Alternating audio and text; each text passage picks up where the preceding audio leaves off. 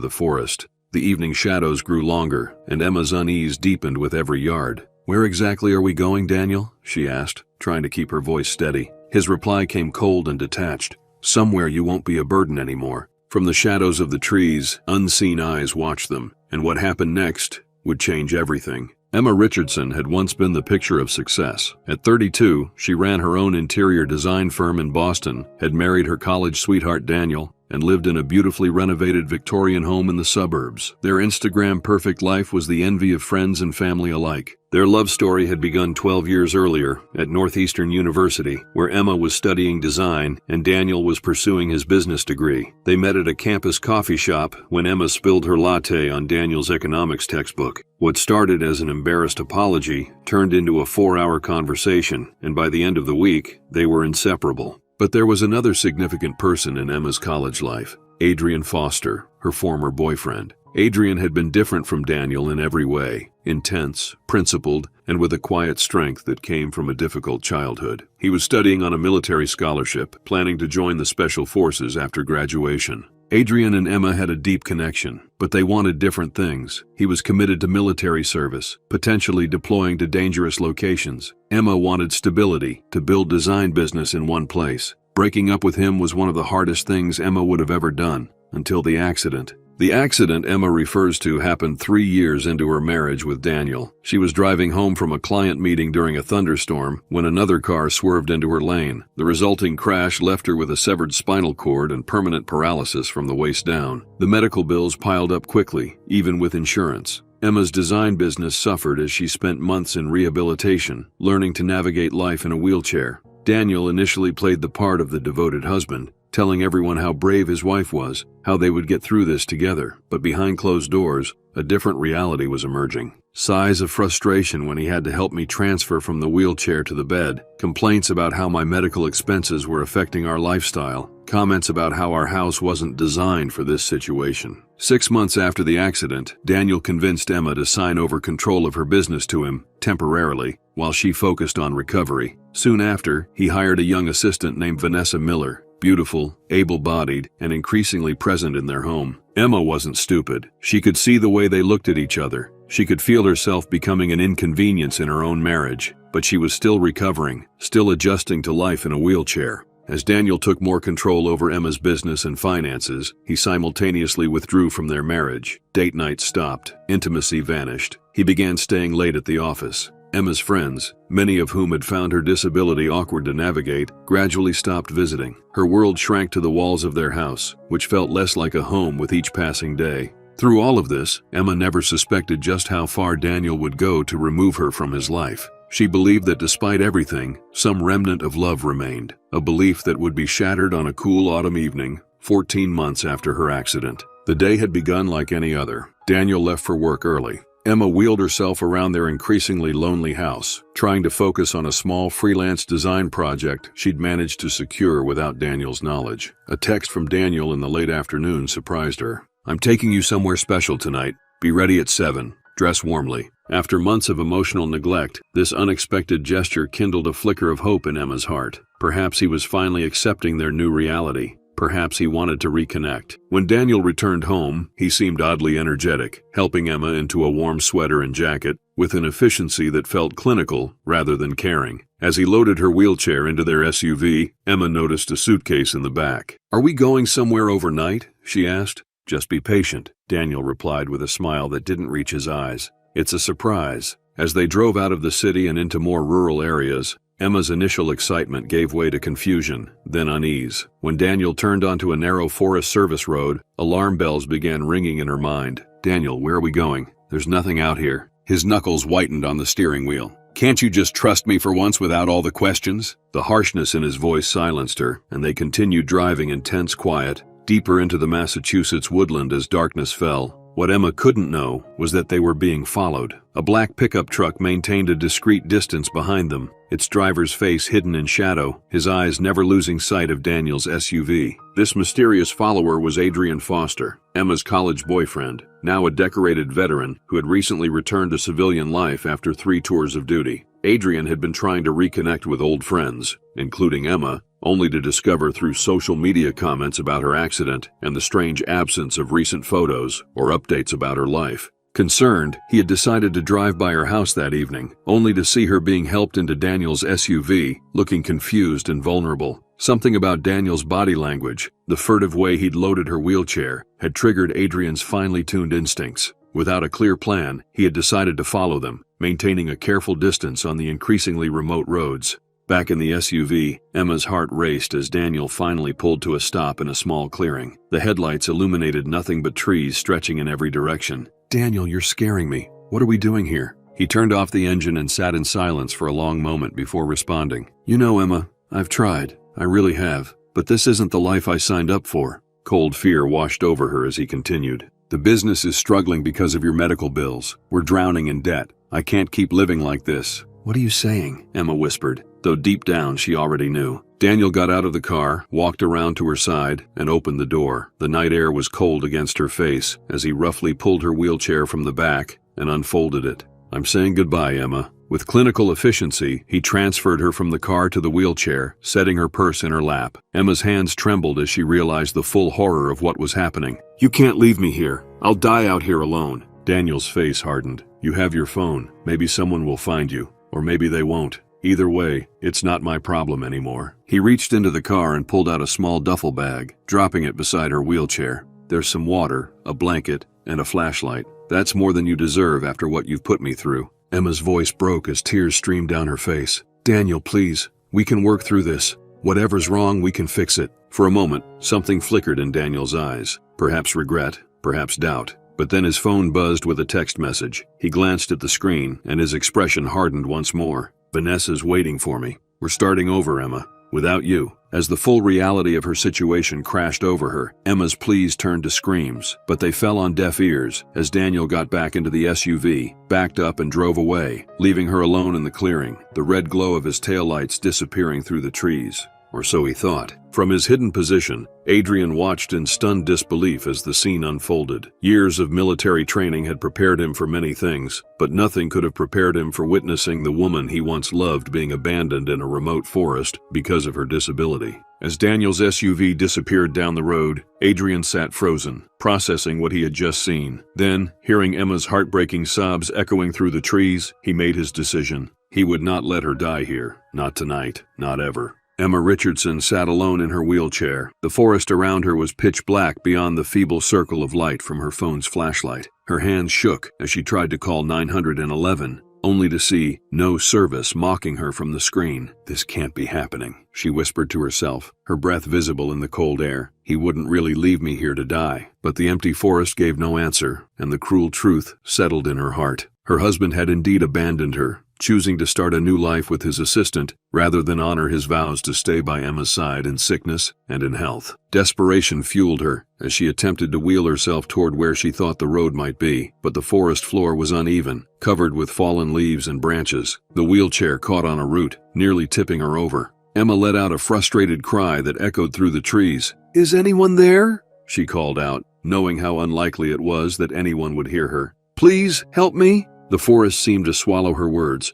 returning nothing but the distant hoot of an owl and the rustle of leaves in the breeze. Time stretched as her panic grew. The temperature was dropping, and in her hurried departure, Daniel hadn't given her a chance to grab her medication. By morning, the pain would be unbearable. Just as hopelessness threatened to overwhelm her, Emma heard a twig snap somewhere in the darkness beyond her light's reach. Her head jerked up. "Hello? Is someone there?" Silence, then the unmistakable sound of footsteps approaching slowly through the underbrush. Emma's heart raced. Was it Daniel returning, having had a change of heart? Or was it something else entirely? Someone or something that posed an even greater danger? "Who's there?" Her voice trembled as she aimed her phone's flashlight toward the sound. The beam caught a tall figure emerging from between the trees. A man, broad-shouldered and solid, his face partly shadowed by the hood of his jacket. Emma's breath caught in her throat as fear and relief battled within her. The figure stepped closer, and as he moved into the full light, the hood fell back to reveal a face that sent a shock of recognition through Emma's body. "Adrian?"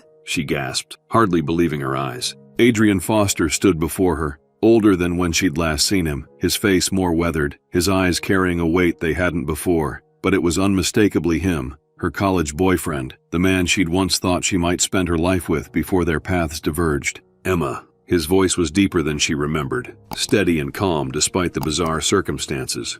Are you hurt? For a moment she couldn't speak, the sheer improbability of his presence rendering her speechless. Then reality crashed back, and the dam broke. Tears streamed down her face as the words tumbled out. Daniel, he left me here. He's not coming back. He's with someone else now. He wanted me to die out here. Her voice broke on the last words. Adrian knelt beside her wheelchair, his expression grave but controlled. Up close, Emma could see the changes in him, a thin scar along his jawline that hadn't been there before, eyes that had seen things she couldn't imagine. I know, he said quietly. I saw what happened. Emma's tears paused in confusion. You saw? How? Adrian's jaw tightened. I was following your car. I had a bad feeling when I saw him loading you into the SUV earlier. He paused, seeming to choose his words carefully. I've been back in Boston for a few weeks.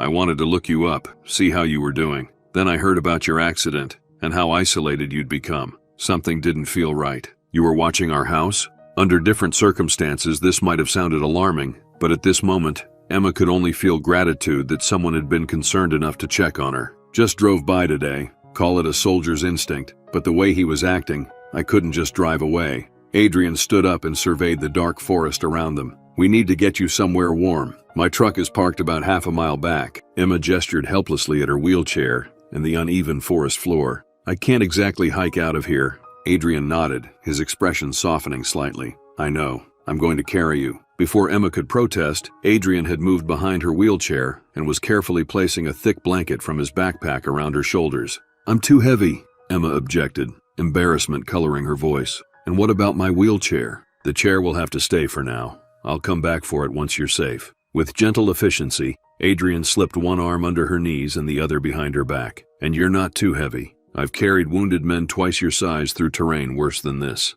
As he lifted her from the wheelchair, Emma was struck by the surreal nature of the situation. Her husband had abandoned her to die, and now her college boyfriend, whom she hadn't seen in nearly a decade, was carrying her to safety through a dark forest. How did you find me? How did you know where Daniel was taking me? She asked as Adrian navigated carefully through the trees, his movement steady despite the extra weight. I kept a safe distance behind your SUV. When he turned onto the Forest Service road, I knew something was wrong. I parked and followed on foot once you got deep enough in. He paused, adjusting his grip slightly. I was about to intervene when he left you, but I wanted to make sure he was actually leaving first. Emma's mind raced with questions. Why are you even in Massachusetts? Last I heard you were deployed overseas. Adrian's expression tightened almost imperceptibly. 3 tours of duty. I got out 6 months ago, came back to the States, did some private security work for a while, then decided to come back to Boston to settle some unfinished business. Something in his tone made Emma wonder what kind of unfinished business would bring him back after all these years.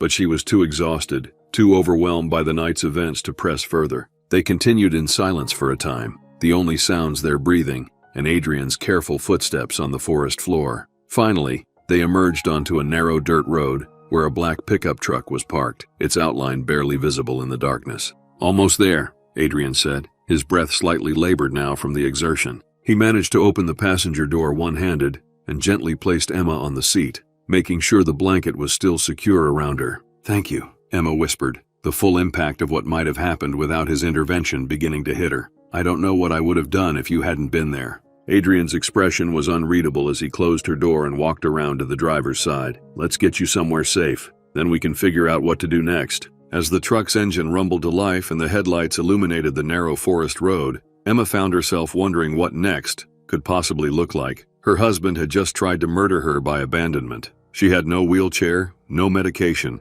and was now in the company of an ex-boyfriend who had apparently been watching her house and following her car. Under any other circumstances, she might have been terrified. But as she glanced at Adrian's stoic profile, illuminated intermittently by the dashboard lights, she felt something she hadn't experienced in months. Safe. The truck bounced along the rough road, heading deeper into the forest rather than back toward the city. Where are we going? Emma asked, suddenly realizing she had no idea where Adrian was taking her. I have a cabin about 20 minutes from here, he replied, eyes fixed on the difficult road ahead. It's isolated, but it has everything we need. Heat, running water, first aid supplies. You have a cabin? In these woods? Emma couldn't keep the surprise from her voice. Adrian nodded. Bought it when I got back from my last tour. Needed somewhere quiet, away from people. A pause. Somewhere to heal. The word hung between them, laden with unspoken meaning. Emma studied his profile more carefully, noting the tension in his jaw, the careful control in his movements that suggested he was a man accustomed to containing something powerful within himself.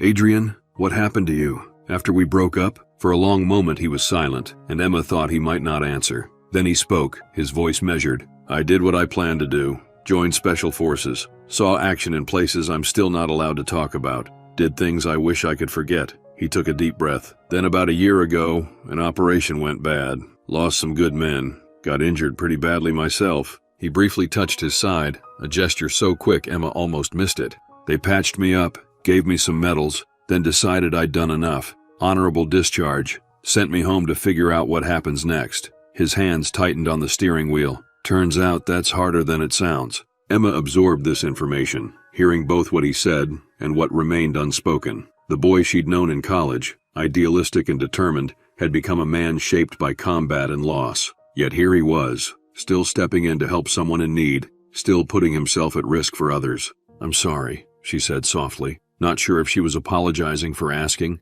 or for the hardships he'd endured. Adrian's expression softened slightly. "Don't be. We all make our choices." He glanced at her briefly, like Daniel made his tonight. The mention of her husband's name brought reality crashing back. Emma's hands began to shake as the enormity of what had happened threatened to overwhelm her. "He tried to kill me," she whispered, the words sounding unreal even as she spoke them. "My husband brought me to the middle of nowhere and left me to die because I'm disabled, because I became inconvenient." Adrian's voice was gentle but firm. "Yes, he did, and he needs to be held accountable for that." "How?" Emma asked, despair coloring her voice. "It's my word against his. He'll say I asked to go for a drive, that we had an argument, and I told him to leave me alone for a while, that he came back and I was gone." She laughed bitterly. Who would believe that a successful businessman would abandon his disabled wife in the woods? "I would," Adrian said simply. "I saw it happen, and I imagine there's more to the story, things that happened before tonight that show a pattern."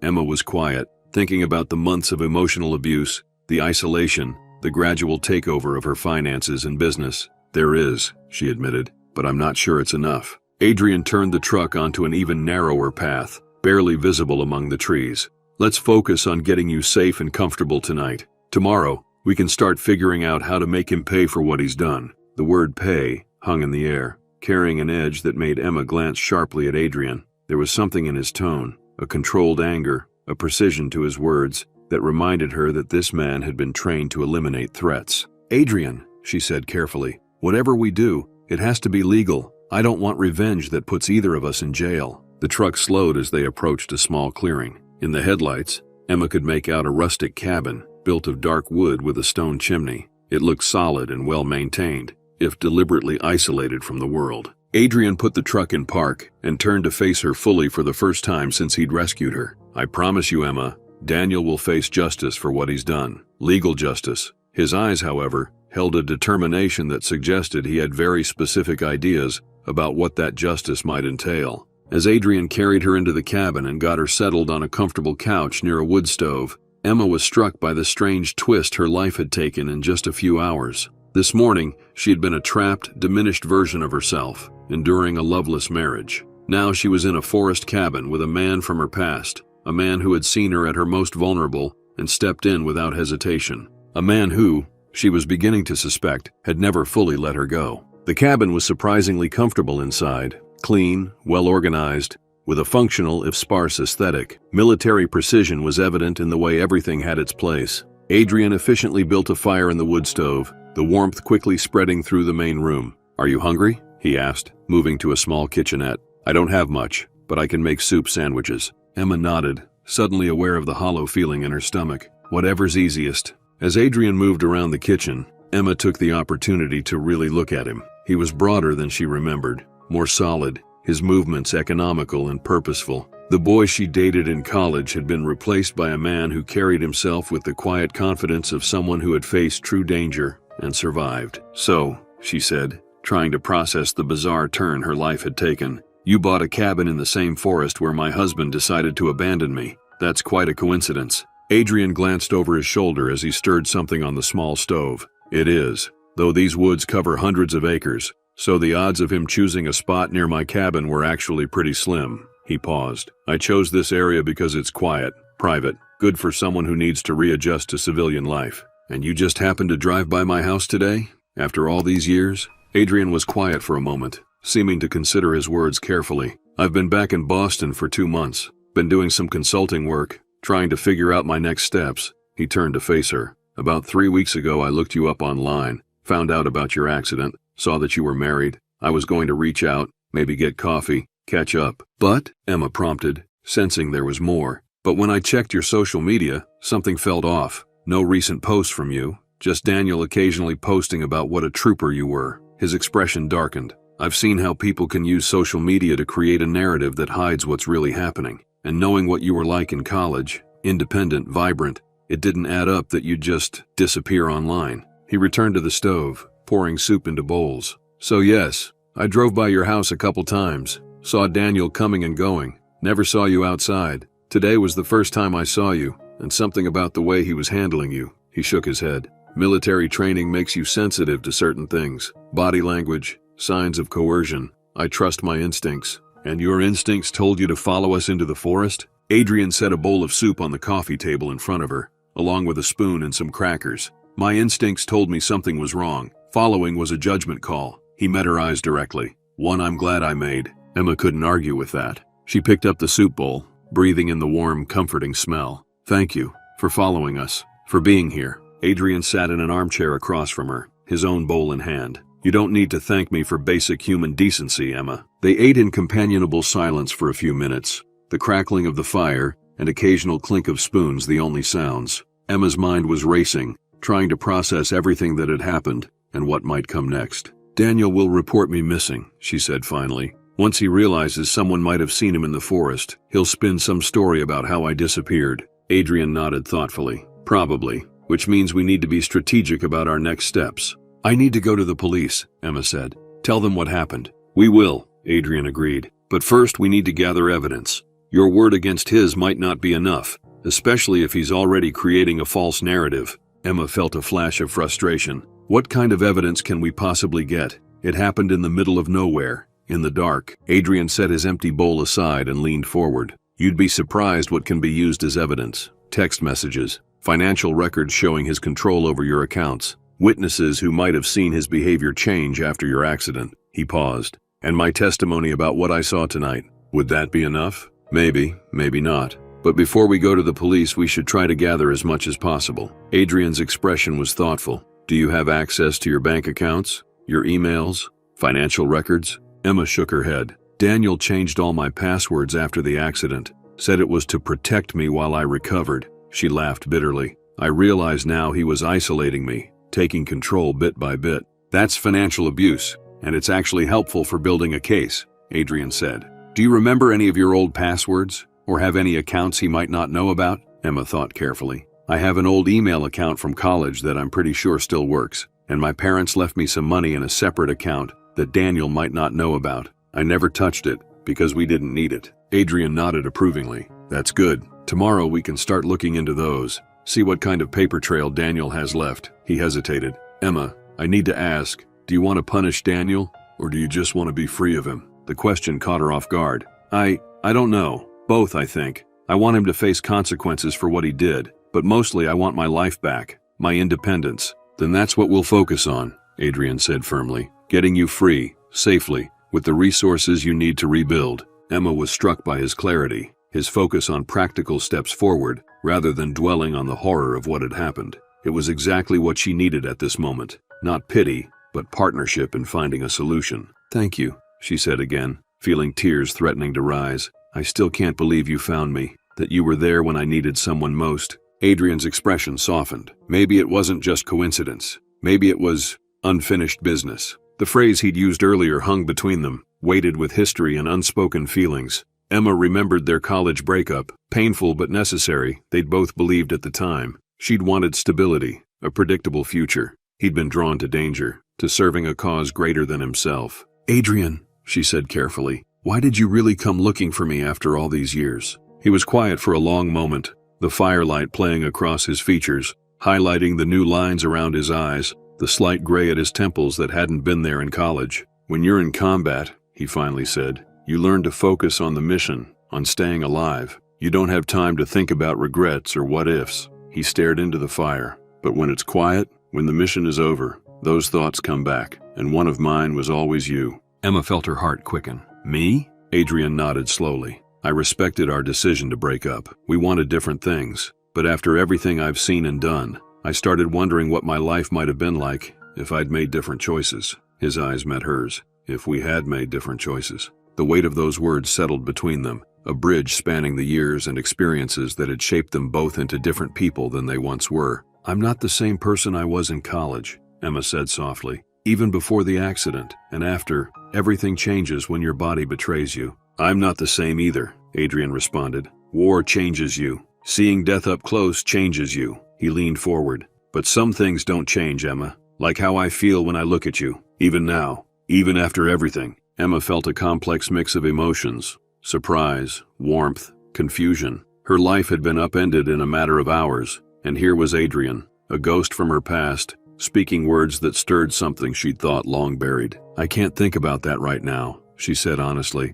Everything is too raw, too confusing. Adrian nodded immediately. Of course, that was inappropriate timing on my part. He stood up, taking their empty bowls. You need rest, not complications. As he moved toward the kitchen, Emma caught his wrist gently. I didn't say it was unwelcome. Just, not now, not yet. Their eyes held for a moment, an understanding passing between them. Then Adrian nodded and continued to the kitchen. The bedroom is through that door, he said, gesturing to a door off the main room. I changed the sheets this morning so they're clean. I'll take the couch. Emma frowned. Adrian, this is your home. I can't take your bed. You can and you will, he said firmly. You've been through hell today. You need proper rest. His tone softened. Please, Emma, let me do this for you. Too exhausted to argue further, Emma nodded. Do you have a t-shirt I could borrow to sleep in? Adrian disappeared into the bedroom and returned with a soft gray t-shirt and a pair of sweatpants. These will be too big, but they're clean. Thank you. Emma took the clothes, then hesitated.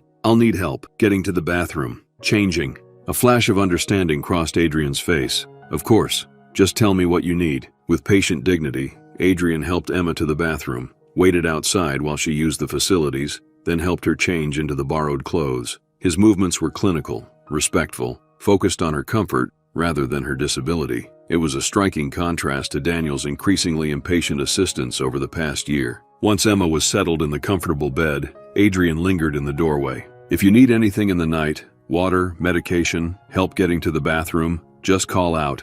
I'm a light sleeper. Emma nodded, already feeling sleep tugging at her. Adrian? Yes? Why do you have a cabin that's accessible for someone with mobility issues? She'd noticed the wider doorways, the grab bars in the bathroom, features that made Adrian's cabin surprisingly navigable for someone in her condition. A shadow crossed his face. I told you I was injured on my last tour. He paused. The doctors weren't sure if I'd walk again. I had the cabin modified while I was still in rehab, preparing for all possibilities. Emma processed this new information. But you recovered. I was lucky, Adrian said simply. Others weren't. He stepped back from the doorway. Get some rest, Emma. Tomorrow we start figuring out how to get your life back. As the door closed softly behind him, Emma lay in the darkness, her mind replaying the extraordinary events of the day. Her husband had abandoned her to die. Her college boyfriend had saved her life. And somehow, improbably, she felt safer than she had in months. With that strange comfort surrounding her, Emma drifted into an exhausted sleep, unaware that the battle for her future was just beginning.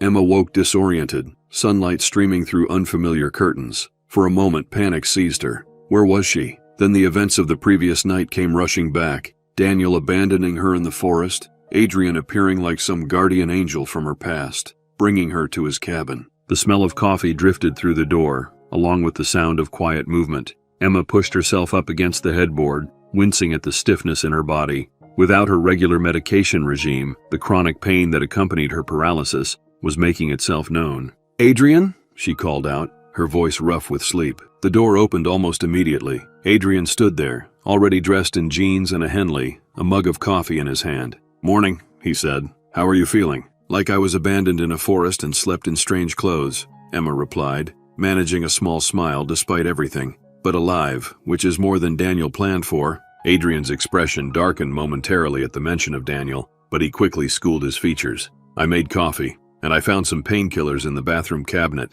Not prescription strength, but they might help. Thank you, Emma said, genuinely touched by his thoughtfulness. "I hate to ask, but I need help getting to the bathroom." Without hesitation or awkwardness, Adrian helped her to the bathroom, then to the couch in the main room, where he had already arranged pillows for her comfort. The domesticity of the scene, coffee waiting on the table, a fire crackling in the wood stove, felt strangely intimate given the circumstances. "I went back for your wheelchair while you were sleeping," Adrian said, handing her a mug of coffee. "It's on the porch. Needs cleaning, but it's intact." Emma felt a surge of gratitude. "You didn't have to do that. You need it," he replied simply. "And I figured you might want these too." He placed her purse beside her on the couch. "My purse? Did you go back to where?" Adrian nodded. "First Light. Wanted to make sure I hadn't missed anything that could help us." Emma opened her purse with trembling hands. Everything was there. Her phone, wallet, the emergency medication she kept for breakthrough pain. "Adrian, thank you. I can't even—" "You don't need to thank me," he cut in gently.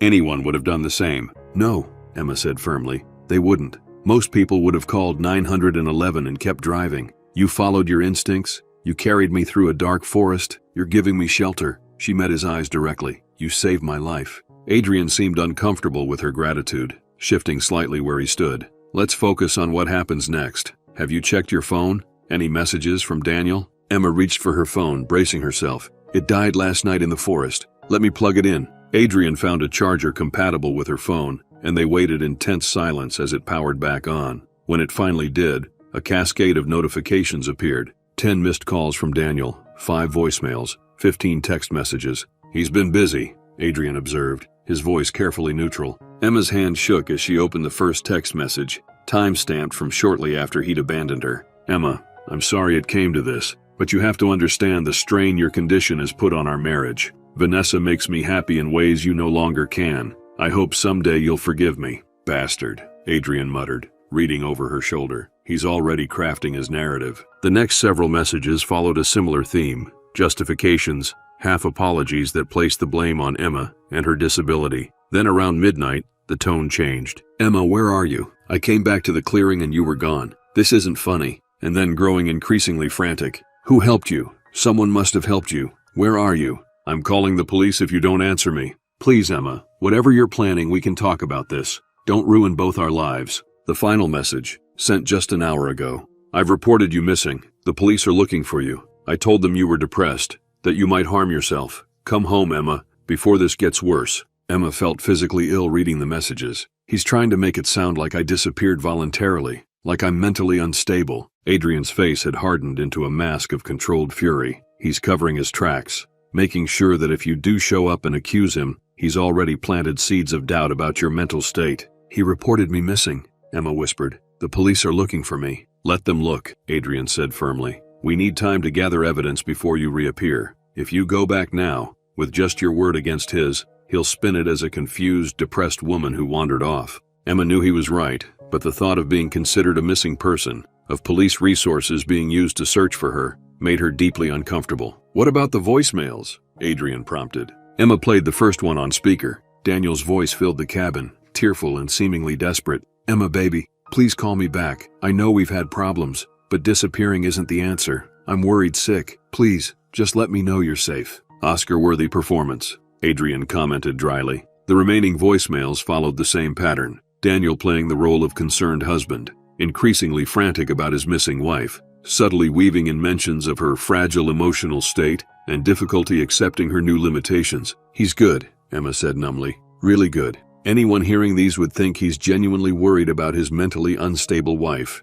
Adrian sat beside her on the couch, his expression grave. "Emma, I need to ask you something important. When you go back, and eventually you will have to, what do you want to happen?" Emma considered the question carefully. "I want my freedom. I want control of my finances back. I want a divorce." She paused, then added with quiet intensity, "And I want him to face consequences for what he did to me." Adrian nodded. "Then we need to be strategic. If you simply return and tell your story, it becomes a he said, she said situation. He's already establishing his version of events. So what do? "We gather evidence," Adrian said. "Build a case that's so strong the police have to take action." He hesitated. "And we might need help." "What kind of help?" "Professional help." Adrian reached for his own phone. "I know someone, a former military colleague who works in private investigation now. He specializes in domestic abuse cases. He can help us document everything properly. Maybe even get access to financial records you can't reach. Emma felt a flicker of hope. You'd do that?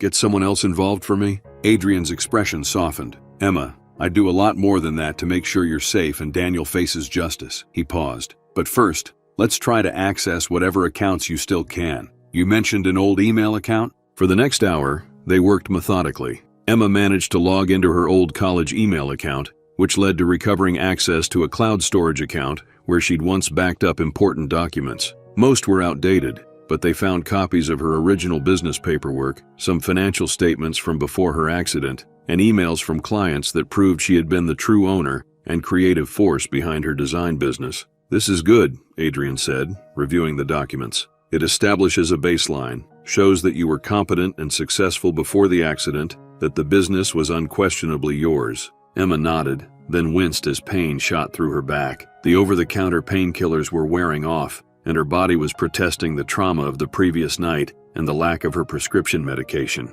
Adrian noticed immediately. You're in pain. What do you need? My regular meds are at home, Emma said. I have an emergency dose in my purse, but after that, Adrian made a quick decision. Take what you have now. My friend Jack, the investigator I mentioned, he can pick up some supplies when he comes.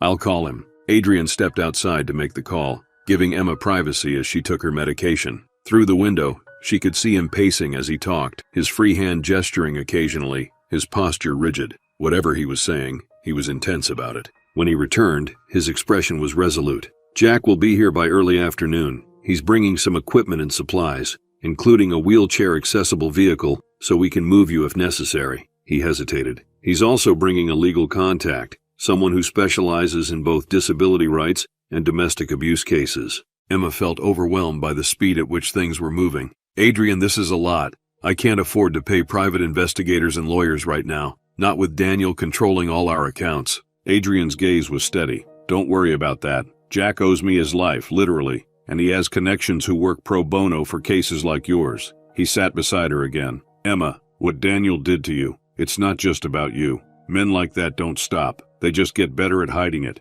Helping you isn't just about our past. It's about making sure he can't do this to anyone else. The conviction in his voice stirred something in Emma, a sense that perhaps her nightmare could serve a greater purpose, that her suffering might prevent someone else's. Okay, she agreed. What do we do until Jack arrives? We need to document everything while it's fresh, Adrian replied. Start from the beginning. When did things change after your accident? When did Daniel start taking control? Every detail you can remember could be important. Emma took a deep breath and began to talk. She described how supportive Daniel had seemed immediately after the accident, how he'd handled everything while she was in the hospital. Then the subtle shift, suggestions that became commands, help that became control, love that became obligation. He changed my phone password first, she recalled. Said it was to help me because my fingers weren't as dexterous after the hospitalization. Then my email for the same reason. Then my banking apps. Adrian typed notes as she spoke, occasionally asking clarifying questions. His approach was methodical, almost clinical, which helped Emma maintain her composure as she detailed the systematic dismantling of her independence. He isolated me from my friends too, she continued. Always had a reason why they couldn't visit or why I couldn't go out. Too tired, too much stress, not accessible enough. Eventually people stopped calling. What about family? Adrian asked. Emma's expression clouded. My parents died 3 years ago. Car accident. I have a brother in Seattle, but we've never been close. Daniel discouraged me from burdening him with my problems. And when did Vanessa enter the picture? About 6 months after my accident. Daniel hired her as an assistant for my business, but she quickly became more like his assistant. Always at the house, always hovering around him. Emma's voice hardened. I knew something was happening between them. The way they looked at each other, the inside jokes. I confronted Daniel once, and he made me feel crazy for suggesting it. Said my disability was making me paranoid and insecure. Adrian's jaw tightened, but he kept his voice neutral. Classic gaslighting, making you doubt your own perceptions. It worked, Emma admitted. I started thinking maybe I was being paranoid. Maybe I was just jealous because she could walk, dance, be normal. There's nothing abnormal about you, Emma, Adrian said firmly. Your disability doesn't make you less. It never did. The conviction in his voice brought unexpected tears to Emma's eyes. After months of diminishment, of being treated as a burden, his simple affirmation of her worth felt like rain on parched earth. They continued this process for hours, Emma recounting incidents, conversations, patterns of behavior. Adrian documented everything, occasionally offering insights from his knowledge of abusive dynamics. By the time they heard a vehicle approaching the cabin, they had compiled a comprehensive timeline of Daniel's escalating control and abuse. "That'll be Jack," Adrian said, standing. "Let me go meet him." Emma watched through the window as Adrian greeted two people, a tall, lean man with close-cropped hair who moved with the same precise economy as Adrian, and a woman in her 40s with a sensible bob and an air of no-nonsense competence. Adrian led them inside, making introductions. "Emma, this is Jack Mercer, the friend I mentioned, and this is Rebecca Chen, an attorney specializing in domestic abuse cases." Jack Mercer had the weathered look of someone who'd seen hard things, but hadn't lost his humanity in the process. He approached Emma with a respectful nod, not offering a handshake until she extended her hand first. "Miss Richardson, Adrian filled me in on the basics. I want you to know that what happened to you was criminal, and I'm here to help make sure there are consequences." Rebecca Chen was more formal, but equally direct. "Miss Richardson, I've handled dozens of cases involving financial abuse and domestic violence against disabled partners. What you've experienced follows a pattern we can document and address legally." Emma was struck by how neither of them questioned her story or expressed doubt. There was no pity in their assessments, just professional determination to address a wrong. "I've brought some medical supplies," Jack said, indicating a duffel bag. "Adrian mentioned you need prescription medication. I have contacts who can help with that,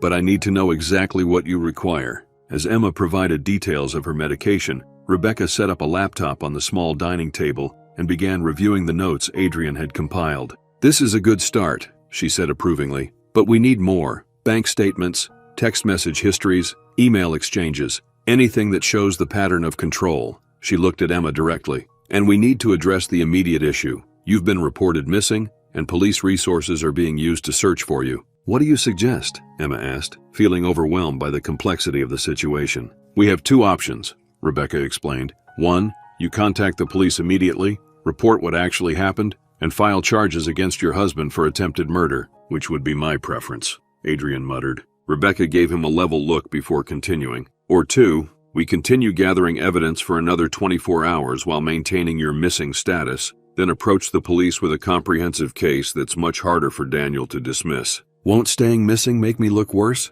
Emma asked. "Like I'm really unstable or trying to punish Daniel?" "Possibly," Rebecca acknowledged. "But it also gives us time to secure evidence that might disappear once Daniel knows you're pursuing legal action." She paused. "There's also a third option. We contact a specific detective I trust, explain the situation confidentially, and get their guidance on how to proceed." Jack nodded. "I know who she's thinking of. Detective Morales. She specializes in domestic violence cases, has a solid understanding of disability issues too." Emma considered her options, aware that whatever she decided would shape everything that followed. Part of her wanted to call the police immediately, to end the farce of being considered a missing person. But another part, the part that had suffered months of gaslighting and manipulation, feared that without solid evidence, Daniel would continue to control the narrative. "I think we should contact Detective Morales," she decided finally. "Get professional guidance before making our next move." Rebecca nodded approvingly. "I'll make the call. In the meantime, Jack can help us access your financial records and any digital evidence that might support your case." As Rebecca stepped outside to make her call, Jack set up sophisticated-looking equipment on the coffee table. "Adrian said you have an old account your husband might not know about?" he asked. Emma nodded. "A trust account from my parents. I never mentioned it to Daniel because we didn't need the money." "Perfect," Jack said. "Let's start there. If we can establish that account as legally yours alone, we can use it to fund your immediate needs without tipping Daniel off." While Jack worked on accessing Emma's financial information, Adrian brought her a sandwich and more water, his attention to her comfort unwavering. There was something both strange and comforting about seeing these three people, one from her past, two complete strangers, working so determinedly on her behalf. "Adrian," she said quietly when they had a moment alone, "why are they doing this? Why are you all helping me so intensely?" Adrian considered her question seriously. "For Jack, it's partly because he owes me, but mainly because he's built his post-military career around helping people who've been victimized. Rebecca takes cases like yours because she believes in justice." He paused. "As for me..." The door opened as Rebecca returned, interrupting whatever Adrian had been about to say. Her expression was purposeful. "I spoke with Detective Morales. She wants to meet you. Today, preferably. She's willing to come here off the record to assess the situation before making anything official." "Here?" Emma glanced around the cabin. Won't that compromise Adrian somehow? I don't care about that, Adrian said firmly. What matters is your safety in building your case. Rebecca continued. Detective Morales suggested that staying missing for a bit longer might actually work in our favor. It gives Daniel more rope to hang himself with, so to speak. The more he fabricates about your mental state and disappearance, the more thoroughly we can disprove his narrative. When will she come? Emma asked. Late afternoon, Rebecca replied, which gives us a few hours to gather as much evidence as possible. She turned to Jack. Any luck with the financial accounts? Jack looked up from his computer with a grim smile. Oh, I've got access, and what I'm seeing is textbook financial abuse. He turned the screen so Emma could see. Your husband didn't just take control of your accounts, Emma. He's been systematically draining them and moving assets into accounts only he can access. Emma stared at the screen, a cold feeling settling in her stomach as she saw the evidence of Daniel's betrayal laid out in neat digital columns. He was planning this, she whispered.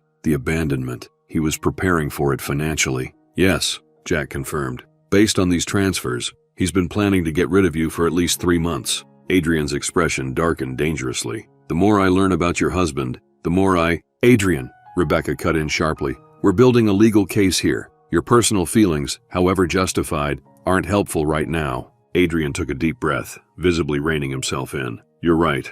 I apologize. Emma was struck by the intensity of his reaction, by how personally he seemed to be taking Daniel's betrayal. It raised questions about his feelings that she wasn't ready to address, not with so much else happening. What about my business? She asked instead. Can we prove that Daniel essentially stole it from me? Jack nodded. The documents from your cloud storage help establish your ownership, and I'm finding emails where Daniel explicitly represented himself as you to clients. That's fraud. A growing sense of validation filled Emma as tangible evidence of Daniel's crimes accumulated. For months, she had doubted herself, wondering if she was indeed becoming paranoid and unstable as Daniel suggested. Now others were confirming what she had sensed but couldn't prove, that she had been the victim of calculated, systematic abuse. We should also document your physical condition, Rebecca suggested. The fact that you were abandoned without medication, without your wheelchair, in weather that could have led to hypothermia. That's attempted murder, regardless of his claims about your mental state.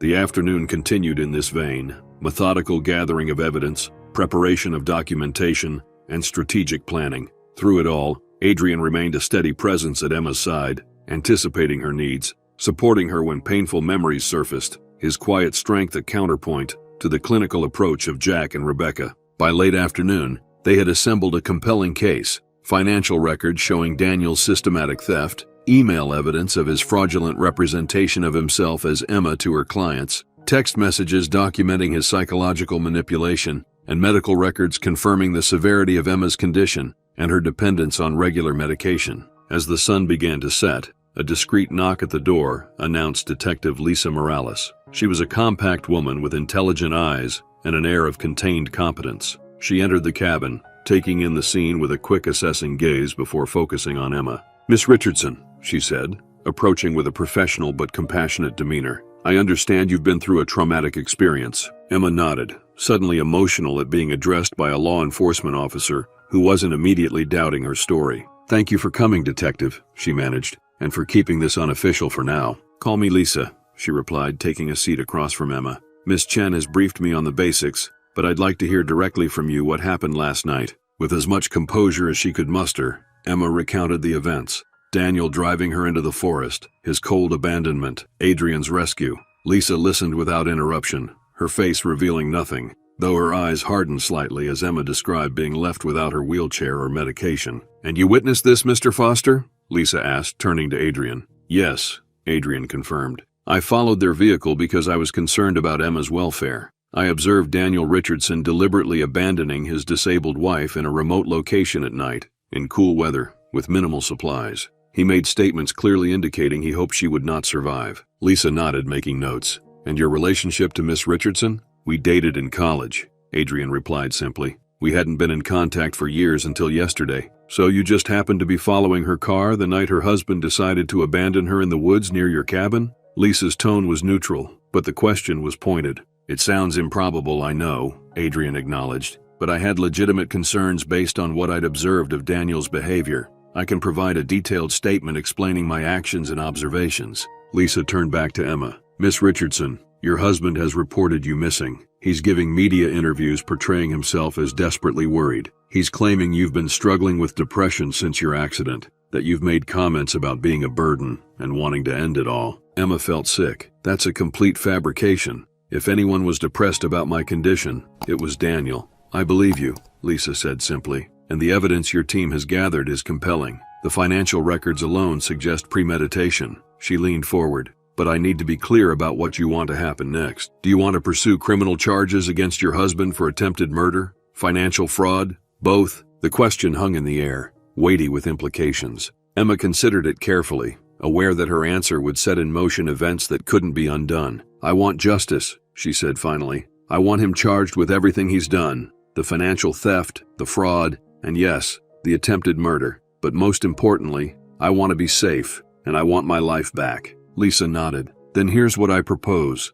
You remain missing until tomorrow morning. That gives us time to secure warrants based on the evidence you've provided. My team will execute those warrants at your home and Daniel's office simultaneously, securing additional evidence before he can destroy it. She paused. Then you appear, not at home, but at the police station, with me, ready to give a formal statement. That makes sense, Emma agreed, though the thought of remaining officially missing for another night made her uncomfortable. What about her medication? Adrian asked. She has enough for tonight, but she needs her regular prescriptions. I can arrange that, Lisa assured him. I'll have an officer collect them from your pharmacy and deliver them here tonight, discreetly. They spent another hour reviewing details, with Lisa asking pointed questions about Daniel's behavior, his relationship with Vanessa, and the events leading up to the abandonment. By the time she left, Emma felt both exhausted and strangely empowered. For the first time since her accident, people in authority were taking her seriously, believing her account without question. As the door closed behind Detective Morales, Rebecca gave Emma a small, satisfied smile. You did well. She's fully invested now. Will it be enough? Emma asked. Will Daniel actually face consequences? The financial crimes are clear-cut, Jack said, shutting down his equipment. The attempted murder charge is harder to prove, but with Adrian's testimony and the evidence of premeditation from the financial records, there's a solid case. Rebecca nodded agreement. And I'll be filing for emergency orders first thing tomorrow, freezing any remaining assets, securing your access to the house and business accounts, and a restraining order against Daniel. The professional efficiency with which they discussed dismantling her husband's schemes was both comforting and surreal. Just 24 hours ago, Emma had been trapped in what she now recognized as an abusive marriage, her independence systematically stripped away. Now she was at the center of a coordinated effort to reclaim her life and hold her abuser accountable. As Jack and Rebecca prepared to leave, promising to return in the morning to accompany Emma to the police station, Adrian walked them out to their car. Through the window, Emma could see them engaged in intense conversation, Rebecca occasionally glancing back toward the cabin with a concerned expression. When Adrian returned, his face was carefully composed, but Emma sensed tension beneath the surface. What was that about? She asked. Adrian hesitated, then sighed. Rebecca is concerned about my involvement in your case. She thinks my history with you and my reaction to what Daniel did might complicate the legal proceedings. Your reaction? You mean saving my life? No, Adrian said, sitting across from her. She means the fact that I clearly want to do a lot more than just see Daniel arrested. His hands clenched briefly. I've been in war zones, Emma. I've seen people do terrible things to each other. But what Daniel did to you, the calculated cruelty of it. He shook his head. Rebecca's worried I might take matters into my own hands if the legal system doesn't deliver justice. Emma studied him, seeing the controlled anger in his posture, the protective intensity in his eyes.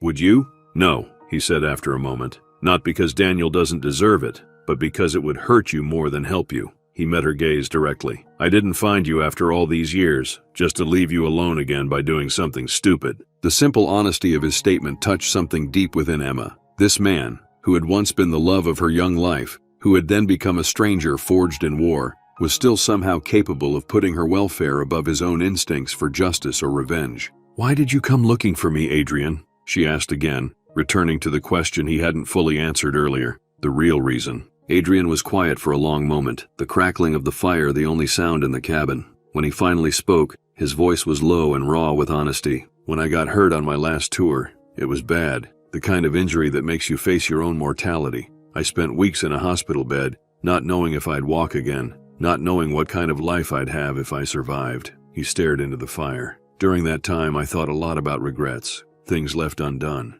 words unsaid. He shifted his gaze to meet Emma's. And you were there, in those thoughts. Not just memories of our time together, but regrets about how we ended. Questions about what might have been if I'd made different choices. We both made our choices, Emma said softly. I chose stability over uncertainty. You chose service over comfort. Yes, Adrian acknowledged. And those weren't wrong choices. But nearly dying has a way of reshuffling your priorities. He leaned forward. When I recovered enough to leave the hospital, I made a list of things I needed to do with my second chance at life. Finding you was on that list, not to disrupt your life or reignite the past, but just to see you, to know you were well, to apologize for how abruptly I cut things off when you ended our relationship. Emma remembered their final conversation, her tearful explanation that she couldn't commit to a life waiting for him to return from dangerous deployments, his stoic acceptance that hardened into distance within minutes, the coldness with which he'd walked away. You were hurt, she said. We both were.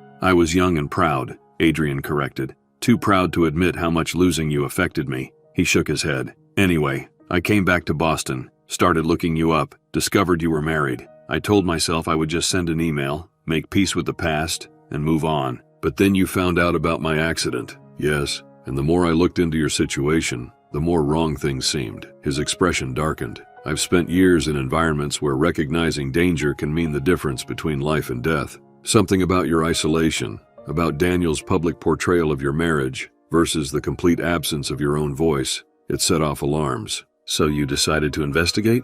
Emma asked, both touched and slightly unsettled by the revelation. Not formally, but I did drive by your house a few times, hoping to catch a glimpse of you, maybe find a way to reach out directly rather than through Daniel. Adrian's voice tightened. Yesterday was the first time I saw you, the way he handled you, the clinical detachment, the subtle signs of coercion. I couldn't just drive away. Emma absorbed this information, trying to reconcile the young man she'd once loved with this vigilant protector who had sensed danger and acted when others hadn't. Thank you, she said finally, for not driving away, for trusting your instincts. She reached for his hand, squeezing it gently, and for not giving up on me, even after all these years. Adrian's fingers curled around hers, warm and steady. I should have found you sooner. Maybe if I had. Don't, Emma interrupted. We can't change the past. All we can do is move forward. She held his gaze. And right now, moving forward means focusing on tomorrow, on making Daniel face consequences, and reclaiming my life.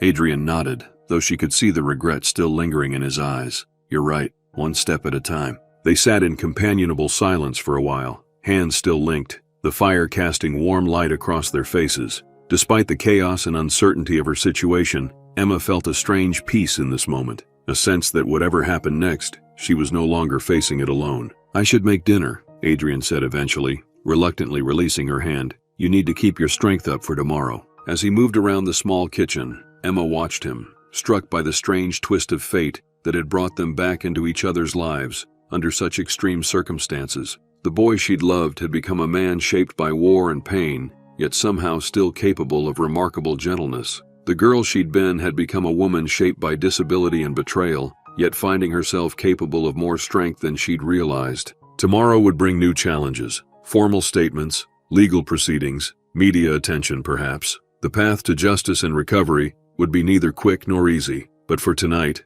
in this quiet cabin with the person who had quite literally carried her from darkness into light, Emma allowed herself to feel something she had almost forgotten: hope. The next morning dawned clear and cold, a fitting backdrop for what Emma knew would be one of the most challenging days of her life. She woke early, her mind already racing with thoughts of what lay ahead. The formal police statement, the potential confrontation with Daniel, the public revelation of his betrayal. Adrian was already up, as she'd expected. From her place on the bed, Emma could hear him moving quietly around the cabin, his footsteps deliberate and measured, the occasional clink of a mug or rustle of paper the only sounds breaking the morning silence. When she called his name, he appeared in the doorway almost immediately, freshly showered and dressed in clothes more formal than his usual cabin attire, dark jeans and a button-down shirt that suggested he was preparing for their trip to the police station. You're awake, he said, his voice gentle. How did you sleep? Better than I expected, Emma admitted. It was true. Despite the enormity of what awaited her, she had slept deeply,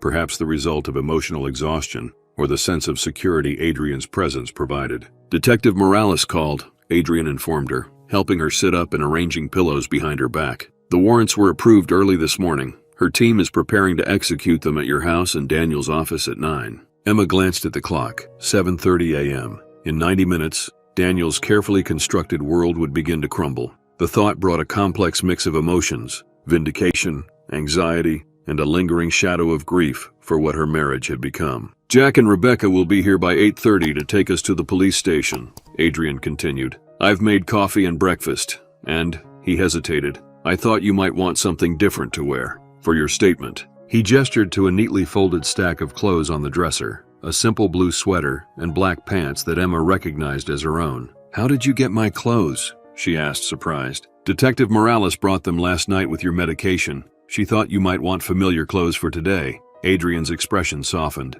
She's good at her job, Emma. She understands that details matter. The thoughtfulness of the gesture, both from Detective Morales and from Adrian for arranging it, touched Emma deeply. After so many months of having her needs ignored or minimized by Daniel, this simple act of consideration felt profound. Thank you, she said softly, for everything, Adrian. I don't know how I would have gotten through this without you. Adrian's expression grew serious. You would have found a way, Emma. You're stronger than you realize. He paused. But I'm glad I could be here. Now, let's get you ready for the day ahead. With practiced efficiency that never crossed the line into impersonal clinical handling, Adrian helped Emma to the bathroom, then to the kitchen table where breakfast awaited. Scrambled eggs, toast, and fresh fruit. Eat, he encouraged. You'll need your strength today. As they ate, Adrian outlined what Detective Morales had shared about the plan. The police will search your house and Daniel's office simultaneously to prevent him from destroying evidence at either location. You'll give your formal statement at the station with Rebecca present as your attorney. Once the statement is recorded, Detective Morales will personally arrest Daniel on multiple charges: attempted murder, financial fraud, domestic abuse, and possibly more depending on what they find during the searches. Emma nodded, trying to prepare herself mentally for each step. Will I have to see him? Today, I mean. No, Adrian assured her. Detective Morales was very clear about that. You'll be kept completely separate from him. Your safety is the priority. Relief washed over Emma. Though she knew she would eventually have to face Daniel in court, the thought of seeing him today, while the wound of his betrayal was still so raw, had been weighing on her. What about Vanessa? She asked, remembering the woman who had smirked as Daniel pushed her into the forest. Detective Morales mentioned she'll be brought in for questioning as well, Adrian replied. Depending on her level of involvement and knowledge of Daniel's plans, she could face charges as an accessory. The sound of vehicles approaching interrupted their conversation. Through the window, Emma could see Jack's SUV and another unfamiliar car pulling up outside the cabin. That's our ride, Adrian said, helping Emma into her wheelchair. Ready? Emma took a deep breath, straightening her shoulders. Ready. Rebecca and Jack entered, accompanied by a woman Emma hadn't met before, tall with cropped silver hair and an air of quiet authority. Emma, this is Sarah Dawson, Rebecca introduced her. She's a victim's advocate with the district attorney's office. She'll be with you throughout the legal process, making sure your rights are protected and your needs are addressed. Sarah approached Emma with a warm, professional smile. Miss Richardson, I'm here to support you today and in the weeks ahead. Whatever you need, explanations of legal procedures, accommodations for your disability, emotional support, that's what I'm here for. The thoroughness of the team Rebecca had assembled was both impressive and somewhat overwhelming. Emma had gone from being isolated and controlled to having 4 professionals dedicated to helping her secure justice. Thank you all, she said, emotion thick in her voice. I don't know what to say except thank you. Save your thanks for when Daniel's behind bars, Jack said with grim satisfaction. We should get moving. Traffic will be heavy this time of morning. As they prepared to leave, Adrian knelt beside Emma's wheelchair, his expression intensely serious. I'll be with you the whole time, he promised. But I need you to know something. He hesitated. The media has picked up the story of your disappearance. Daniel has been giving interviews, playing the part of the desperate husband. Once you reappear and the truth comes out, there will be significant attention. Emma hadn't considered the media angle, but of course Daniel would have used every tool available to control the narrative. The thought of reporters, cameras, and public scrutiny made her stomach clench with anxiety. I don't know if I can handle that, she admitted, being some kind of public spectacle. You don't have to, Sarah interjected gently. The police station has private entrances we can use, and you have every right to decline interviews or public statements. Your focus should be on your case and your recovery, not managing public perception. Adrian nodded agreement. Sarah's right, and for whatever it's worth, I think the truth speaks for itself in this case.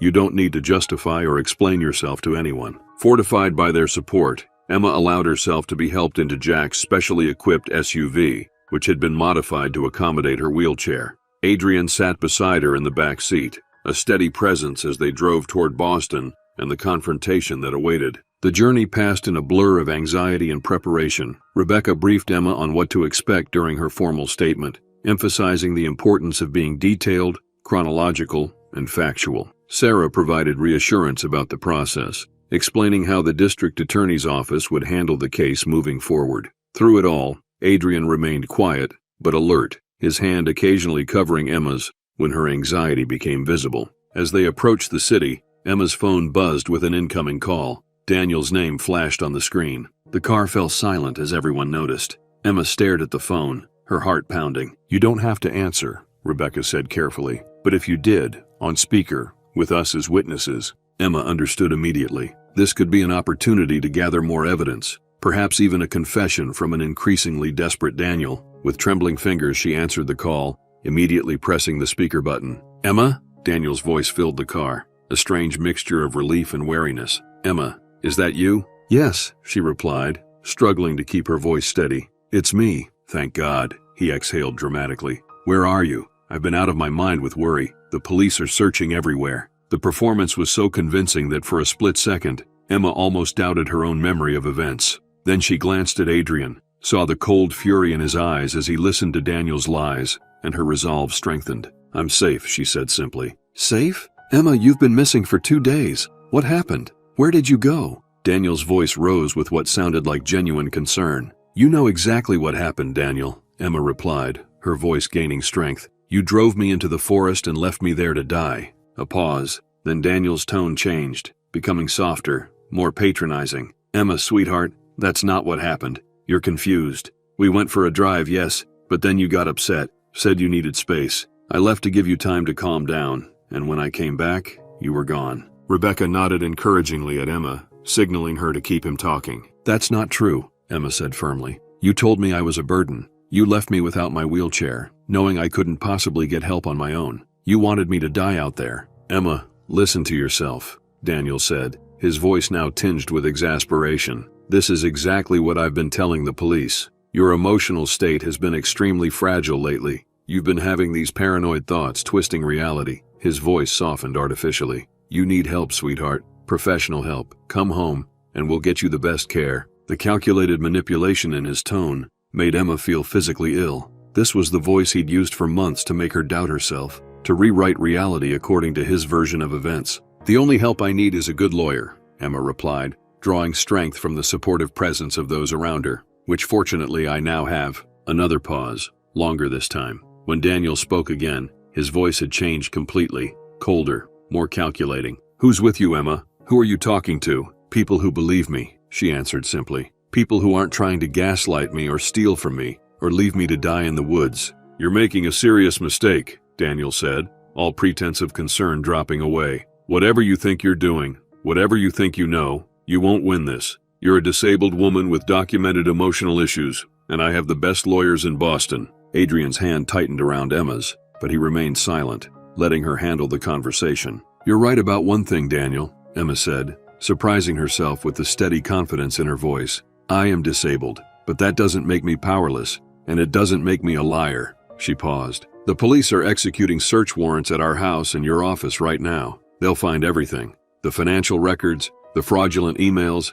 evidence of your affair with Vanessa." "That's impossible," Daniel snapped, but she could hear the first tremor of uncertainty in his voice. "There are no warrants. I would have been notified." "Check your messages," Emma suggested, knowing from Detective Morales that officers would already be at both locations. "I have to go now. I'm on my way to give my statement about what really happened in the forest." "Emma, wait." Daniel's voice had lost its confident edge, replaced by something closer to panic. "We can talk about this. Whatever you think I've done, we can work it out. There's no need for police or lawyers." "There's every need," Emma replied. "Goodbye, Daniel." She ended the call, her hand shaking slightly but her resolve stronger than ever. Around her the car was silent for a moment, then Jack let out a low whistle. "That," he said admiringly, "was textbook. You just got him to essentially admit that he knows exactly what happened in the forest, contrary to the story he's been telling the police and media." Rebecca was already making notes. The shift in his tone when he realized you had legal representation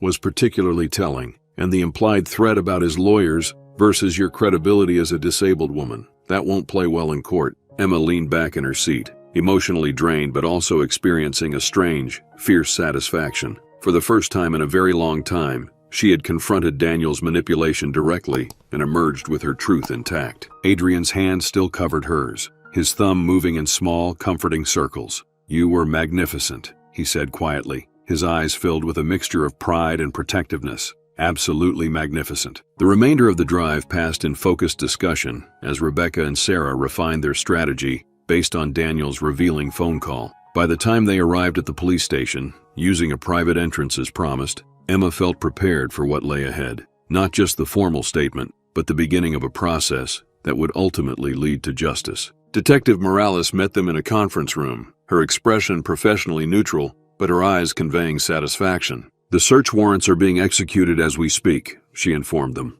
"My team at your house has already found financial documents hidden in your husband's home office, records of accounts you knew nothing about, transfers of your business assets into his name." She paused. "They've also found emails between Daniel and Vanessa dating back months, discussing their relationship and, more importantly, discussing their plans for your future." "What kind of plans?" Emma asked, a chill running through her despite the warmth of the room. Lisa's expression tightened. "Let's just say the forest wasn't their first idea. There were other scenarios they considered, less spontaneous ones." Adrian's posture stiffened beside Emma, and she could sense the carefully controlled anger radiating from him. "You're saying they were planning to kill me?" Emma clarified, needing to hear the words directly. "It appears they considered several options," Lisa confirmed. "The emails are somewhat coded, but clear enough to experts. Insurance policies, accidents, the potential legal ramifications of different scenarios." She met Emma's eyes directly. "What happened in the forest wasn't an impulsive act, Miss Richardson.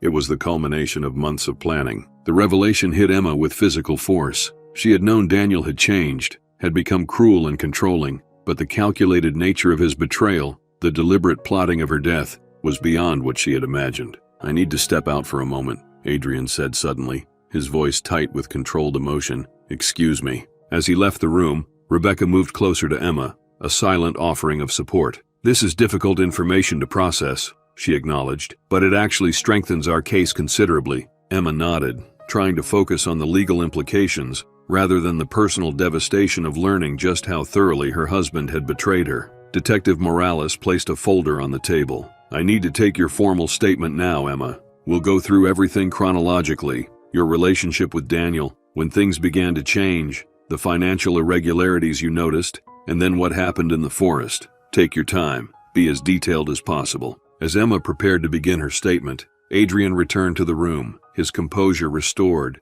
though his eyes still carried a shadow of barely contained fury. He took his seat beside Emma, his quiet, "I'm here," providing the anchor she needed. For the next hour, Emma methodically recounted her story, her marriage to Daniel, the accident that had left her disabled, how Daniel's behavior had gradually changed from supportive to controlling, his isolation of her from friends and family, the gaslighting, and finally, the abandonment in the forest. "And if Adrian hadn't found me," she concluded, her voice steady despite the emotion behind her words, "I have no doubt that Daniel intended for me to die there." Detective Morales nodded gravely as she finished taking notes. "Thank you, Emma. Your statement aligns with the evidence we've already gathered. We'll be arresting Daniel Richardson within the hour." "What happens after that?" Emma asked. "He'll be processed, charged, and arraigned," Sarah explained. "Given the severity of the charges and the evidence of premeditation, the prosecutor will request he be held without bail." Rebecca added, "Meanwhile, we'll file for emergency protective orders,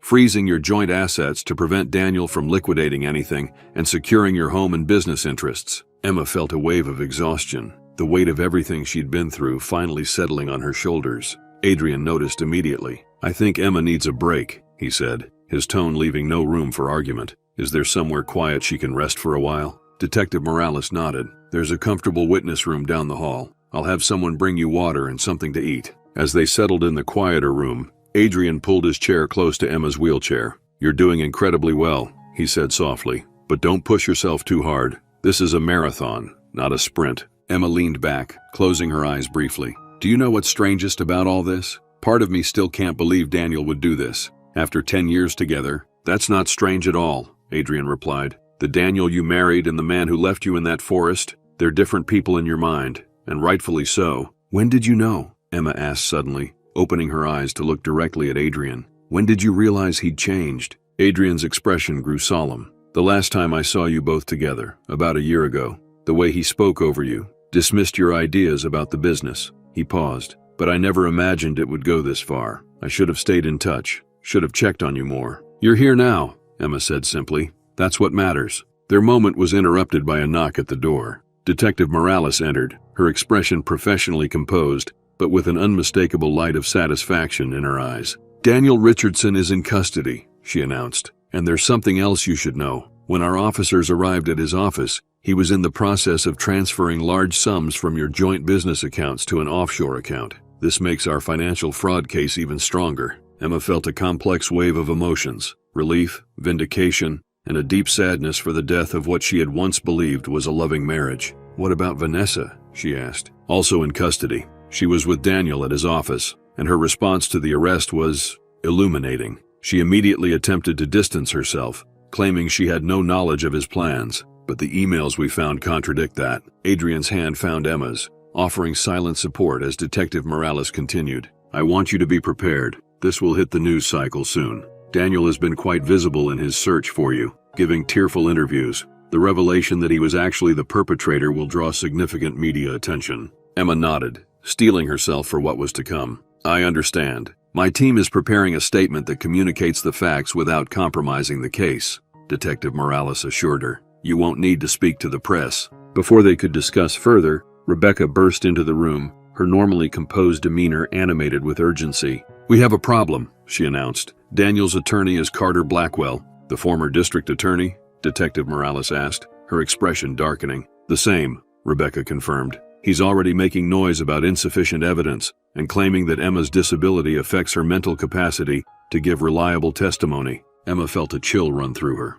Carter Blackwell was notorious in Boston legal circles, ruthless, well-connected, and known for getting high-profile clients acquitted through aggressive and often questionable tactics. He's trying to set the stage for a mental competency challenge, Rebecca explained to Emma, suggesting that your trauma from the accident has affected your perception of reality. Adrian's posture stiffened. That's absurd. Emma's disability is physical, not cognitive. It's a tactic, not reality, Rebecca assured them. But we need to be prepared for an ugly fight. Blackwell will try to paint Daniel as the devoted husband dealing with a mentally unstable wife, and Vanessa as an innocent friend who is trying to help. Emma straightened in her wheelchair, a resolve hardening within her. Let him try, she said, her voice steady. We have the evidence, we have the truth, and I refuse to be portrayed as a helpless, confused victim. Rebecca's expression shifted to one of admiration. That's exactly the attitude we need. In fact, she hesitated, considering. What would you think about making a brief, controlled statement? Not to the media directly, but a recorded statement that we release on our terms. You want to counter their narrative before they can establish it, Adrian observed. Precisely, Rebecca nodded. A short, dignified statement from Emma, clear-eyed, articulate, resolute, would make it much harder for Blackwell to sell his confused, unstable wife's story. Emma considered the suggestion. The thought of putting herself in the public eye was daunting, but the alternative, allowing Daniel and his attorney to control the narrative, was worse. I'll do it, she decided, but I want to keep it factual and dignified. No emotional appeals or accusations that could seem like I'm seeking sympathy. Detective Morales nodded approvingly. That's the right approach. We can set up the recording here, controlled environment, professional but not institutional-looking background. As they prepared for the recording, Adrian helped Emma freshen up, his movements gentle as he brushed her hair and helped her adjust her clothing. You don't have to do this, he reminded her quietly. I know, Emma replied, but I want to. For too long,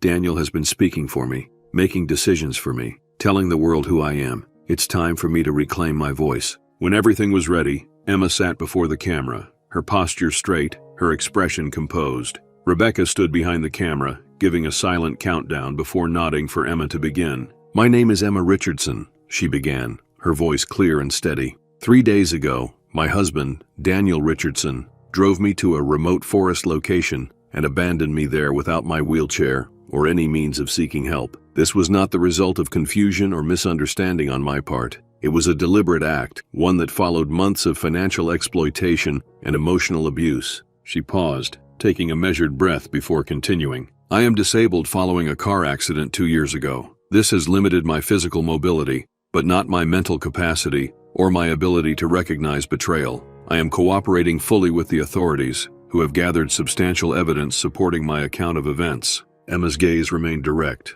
her voice unwavering. I am deeply grateful to those who have helped bring the truth to light, and I have faith in our justice system to address this matter appropriately. I will not be making further public statements at this time, and ask for privacy as the legal process moves forward. Thank you. As the recording ended, the room remained silent for a moment, the power of Emma's dignified testimony hanging in the air. Perfect, Rebecca said finally. Absolutely perfect. Detective Morales nodded agreement. Clear, concise, and impossible to dismiss as the words of someone confused or unstable. We'll release this through official channels this evening. The remainder of the day passed in a blur of legal preparations. Rebecca filed emergency motions to protect Emma's assets and business interests. Detective Morales provided updates on the investigation as her team uncovered more evidence from Daniel's office and their home. By evening, exhaustion had set in. Adrian drove Emma back to his cabin, the forest that had nearly been her grave, now ironically becoming her sanctuary from the media storm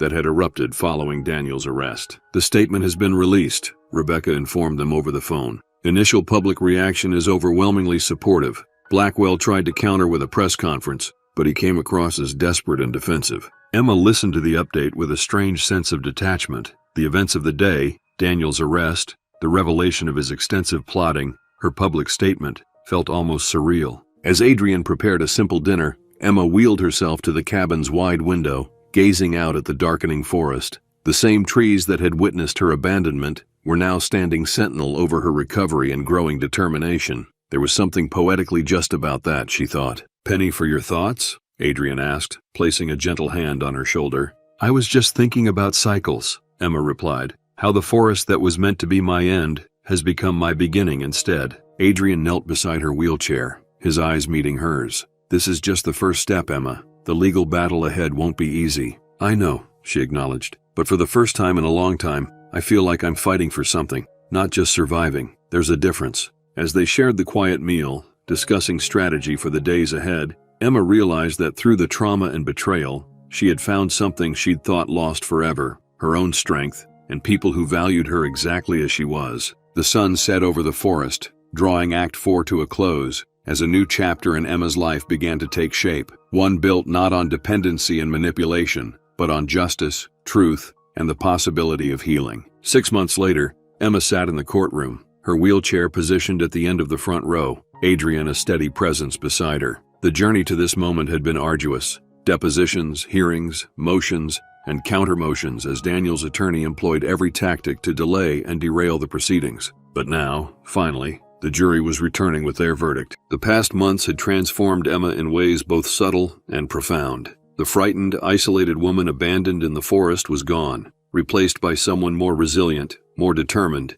and, perhaps most importantly, surrounded by a network of support she had rebuilt piece by piece. Her therapist, Dr. Patel, had helped her understand the patterns of Daniel's abuse and her own responses to it. Rebecca had become not just her attorney, but a friend and advocate. And Adrian had been her constant, never pushing, always supporting, his feelings for her evident, but respectfully restrained as she worked through her trauma. The courtroom fell silent as the jury filed in. Emma's hand sought Adrian's, drawing strength from his quiet confidence. Has the jury reached a verdict? Judge Watkins asked. The foreperson, a middle-aged woman with kind eyes, stood. We have, Your Honor. Emma held her breath as the charges were read. Attempted murder, financial fraud, domestic abuse, conspiracy to commit murder. On count after count, the word guilty rang through the courtroom. Daniel, seated at the defense table, remained stone-faced, his shoulders rigid with tension. Beside him, Carter Blackwell scribbled notes furiously, already planning appeals. When the final guilty verdict was announced, a soft exhale escaped Emma's lips. Not triumph, but relief. Relief that the truth had been heard and acknowledged, that justice, imperfect though it might be, had been served. Judge Watkins scheduled sentencing for the following month, then addressed the courtroom. I want to thank the jury for their service in this difficult case. Court is adjourned. As the room began to clear, Emma remained seated, processing the moment. Daniel was led away in handcuffs, pausing briefly to glance in her direction. Their eyes met across the courtroom, No words exchanged, none needed. In his gaze, Emma saw not remorse, but a cold calculation, even now measuring his chances of eventual appeal. Outside the courthouse, Rebecca fielded questions from the press, while Emma and Adrian slipped out a side entrance, avoiding the media frenzy. "How are you feeling?" Adrian asked as they drove away from the courthouse. "Honestly, I'm not sure," Emma replied. "I thought I'd feel victorious or vindicated, but mostly I feel free, like I can finally stop looking over my shoulder and start looking forward instead." Adrian nodded, understanding. "That makes perfect sense. This wasn't about winning for you, it was about reclaiming your life." "Exactly," Emma confirmed. "And speaking of reclaiming my life, I have something to show you." When they arrived at their destination, a small commercial building in a quiet part of Boston, Emma asked Adrian to help her from the car, declining her wheelchair. "I want to do this on my own," she explained, accepting only his arm for balance, as she carefully navigated the short distance to the building's entrance, using her cane. The physical therapy she'd committed to over the past months had yielded modest but meaningful improvements in her mobility. While she still relied on her wheelchair for longer distances, she had gradually regained the ability to walk short stretches with support. "What is this place?" Adrian asked as Emma unlocked the door. "The future," she replied with a smile, leading him inside. The interior was a work in progress, walls freshly painted, furniture still covered in protective plastic, computers waiting to be set up, but the sign above the reception desk was finished and proudly displayed, Phoenix Accessibility Consulting. "My new business," Emma explained, her face alight with purpose, "will provide consulting services to businesses trying to improve accessibility, not just physical accommodations, but inclusive hiring practices, adaptive technologies, the whole spectrum." Adrian looked around the space, understanding dawning in his eyes. "You're turning your experience into a way to help others." "That's the plan," Emma confirmed. "I've already hired 2 consultants, one with visual impairment, another with hearing loss. We start taking clients next month." Pride filled Adrian's expression. "Emma, this is incredible. Truly, I couldn't have done it without you," she acknowledged. "Your support, your belief in me when I couldn't believe in myself." "You did the hard work," Adrian countered. "I just had the privilege of witnessing it." They toured the small office space, Emma explaining her vision with growing animation. The business represented more than just professional rebirth. It was her declaration of independence, her refusal to be defined by what had been done to her. "There's something else I wanted to discuss with you," Emma said as they finished the tour, her tone growing more serious. The cabin. Adrian's cabin in the forest had become her sanctuary during the trial, a place removed from media scrutiny and painful memories of the home she had shared with Daniel. But now, with the trial concluded, decisions needed to be made. "I've been thinking about looking for my own place," Emma continued, watching Adrian's face carefully. "Somewhere in the city, closer to the new office." A flicker of disappointment crossed Adrian's features before he composed himself. "Of course, that makes sense with your new business. But," Emma added, her voice softening, "I've also been thinking about us, what we've become to each other these past months." Adrian met her gaze, allowing himself for the first time to openly show the depth of his feelings.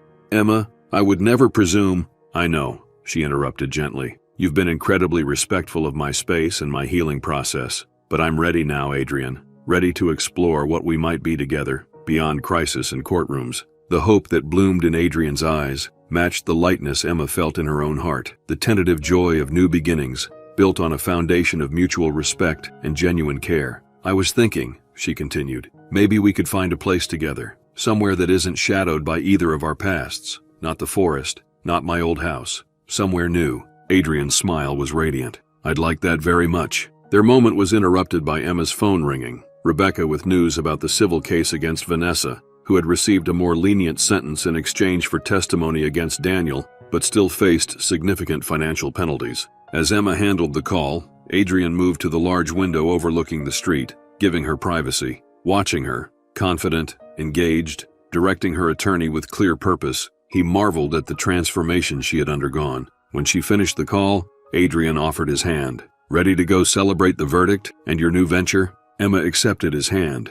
using it for balance as she rose carefully from her seat. "Actually, I think I'd like to stay here a while longer. Just sit in this space and absorb the reality of it all." Understanding perfectly, Adrian pulled 2 chairs together by the window. They sat side by side in companionable silence, watching the afternoon light shift across the room that represented Emma's future. "You know," Emma said after a time, "when Daniel left me in that forest, He thought he was ending my story, but he was really just setting me free to write a new one. Adrian's hand found hers, their fingers intertwining naturally. And what does this new story look like, Emma? Her gaze swept across her newly launched business, then returned to meet Adrian's eyes. It looks like purpose, she said. It looks like justice, not just for me, but hopefully for others through this work. And, she added softly, squeezing his hand, it looks like love, the real kind, built on truth and respect. As the sun began to set outside, casting a golden glow across the room, they remained together in that moment of possibility.